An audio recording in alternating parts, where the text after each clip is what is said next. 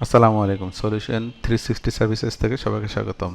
আজ আমি দেখাবো গ্রাফিক ডিজাইন প্রফেশনাল কোর্সের লোগো ডিজাইন পার্ট। লোগো ডিজাইনের পার্ট 4-এ দেখাবো প্রিন্সিপালস অফ লোগো ডিজাইন, অর্থাৎ লোগো ডিজাইনের কিছু গাইডলাইন থাকে, যেগুলো বা কিছু স্টেপস থাকে যেগুলো ফলো করলে লোগোগুলো অনেকে দিন পর্যন্ত মানুষের মনে থাকে এবং মানুষের সহজে চিনতে পারে। তো এখানে আমি যদি স্টেপ বাই স্টেপে ক্লিক করি, এখানে আমি সো 5টা প্রিন্সিপালস নিয়ে আলোচনা করব। তো আরও অনেক হয়, তো মেন এগুলা ফলো করলেই মোটামুটি একটা আপনি সুন্দর ব্র্যান্ড লোগো তৈরি করতে পারবেন। যেমন সিম্পলিসিটি, অর্থাৎ লোগো হতে হবে খুবই সিম্পল, যাতে মানুষ সহজেই তাকে চিনতে পারে এবং মনে রাখতে পারে অনেক দিন পর্যন্ত।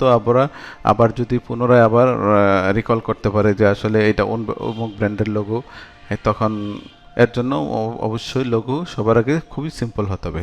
তারপর এমন কিছু ডিজাইন আমরা রাখবো না লোগোর মধ্যে, যাতে এই ডিজাইন করতে যে আমাদের যে মেন মেসেজটা থাকে লোগোর, এই মেসেজটাই হারিয়ে যায়।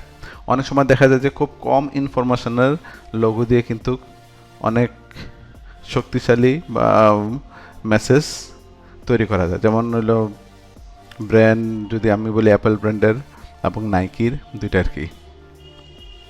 তারপর হলে মেমোরেবিলিটি, যেটা হলো লোগো অবশ্যই এমনভাবে লোগো তৈরি করতে হবে যাতে অনেক দিন পর্যন্ত মানুষের মনে থাকে। এরকম ধরনের লোগো টার্গেট নিয়ে আমরা তৈরি করতে হবে। যেমন এই ধরনের লোগো তৈরি করতে হলে আমাদের কী করতে হয়, কিছু ইউনিক শেপ থাকে, কালার থাকে, অথবা টাইপোগ্রাফি দিয়ে এগুলো হেল্প করতে পারে। আর এইটার যদি আপনার ডিটেলস বুঝতে চান তাহলে আমার এখানে টাইপস অফ লোগোর মধ্যে গেলে এখানে দেখতে পারবেন যে বিভিন্ন ব্র্যান্ড অনুসারে বা বিভিন্ন টার্গেট অডিয়েন্স অনুসারে আমি এখানে বিভিন্ন রকমের লোগো নিয়ে আলোচনা করছি। তো এটা দেখলে অনেক সময় আরও বুঝতে পারবেন।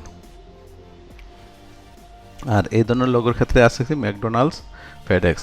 ম্যাকডোনাল্ডসের যে গোল্ডেন আর্চ আছে, ওইটাই কিন্তু দেখলে মানুষ অনেক বুঝতে পারে। শুধু এইটা দিলে, লেখাটা যদি নাও থাকে, তা ওইটা দিয়ে মানুষ কিন্তু অনেক সময় বুঝতে পারে আসলে এটা কোন ব্র্যান্ডের এবং কিসের লোগো। তারপরে হলো টাইমলেসনেস, অর্থাৎ এমন ধরনের লোগো তৈরি করতে হবে যা মানুষের অনেক দিন পর্যন্ত মনে থাকে, যে এইটা যুগের পর যুগ চলে, এরকম অনেক দিন পর্যন্ত লোগো থাকে। এরকম লোগো তৈরি করবেন যাতে তখন মানুষের মানে এক জেনারেশন চেঞ্জ হওয়ার পরে পরের জেনারেশনও কিন্তু দেখলে বুঝতে পারবে যে আসলে এটা কোন ব্র্যান্ডের লোগো, যেমন কোকা কোলা। তারপরে হলো ভার্সেটালিটি, যেটা হলো লোগো এমন ধরনের লোগো তৈরি করতে হবে যাতে সব সাইজের ক্ষেত্রে, অর্থাৎ সব ব্র্যান্ডের বা সব ম্যাটেরিয়ালসের ক্ষেত্রে এই লোগোটা ইউজ করা। যেমন ছোট ছোট আমরা যদি কি রিং থেকে শুরু করি, তারপরে যদি আমরা বিজনেস কার্ড দেই, এরকম থেকে ছোটো থেকে প্রিন্ট মিডিয়া, ডিজিটাল সাইনেজ, অর্থাৎ ওয়েবসাইট এবং কি বিভিন্ন বিলবোর্ড বা টিভিতে, এই সব ক্ষেত্রে যাতে এই লোগোটা সহজে ইউজ করা যায় এবং কি এটা যাতে খুব দেখতে এমন সুন্দর হয়। যেমন এটা কালারফুলও আপনার দেখতে মানে ইজিলি মানুষও বুঝতে পারে এবং ব্ল্যাক অ্যান্ড হোয়াইটে যাতে ইজিলি বুঝতে পারে, যেমন এরিয়াসের লোগো। তারপরে অ্যাপ্রোপ্রিয়েটনেস, অর্থাৎ অ্যাপ্রোপ্রিয়েটনেসটাই হলো এরকম কিছু স্টাইল বা কালার অথবা ডিজাইনের উপর নির্ভর করে লোগোগুলো তৈরি করা হয়, যেগুলো হলো মানুষকে বিভিন্ন টার্গেট অডিয়েন্সে এবং বিভিন্ন পার্সোনালিটিসে কেন্দ্র করে টার্গেট করে এগুলো তৈরি করা যায়। যেমন টয় কোম্পানির লোগো অবশ্যই যেমন ব্রাইট কালার হয় এবং প্লেফুল হয়, এমন কিছু এলিমেন্ট ব্যবহার করবে যাতে চিলড্রেন এবং প্যারেন্টসদের জন্য ইজিলি বোঝা যায়। তো এরকম কিন্তু এখানে কিন্তু 5টা নিয়ে আলোচনা করছে, এরকম আরও অনেক কিছু থাকতে পারে।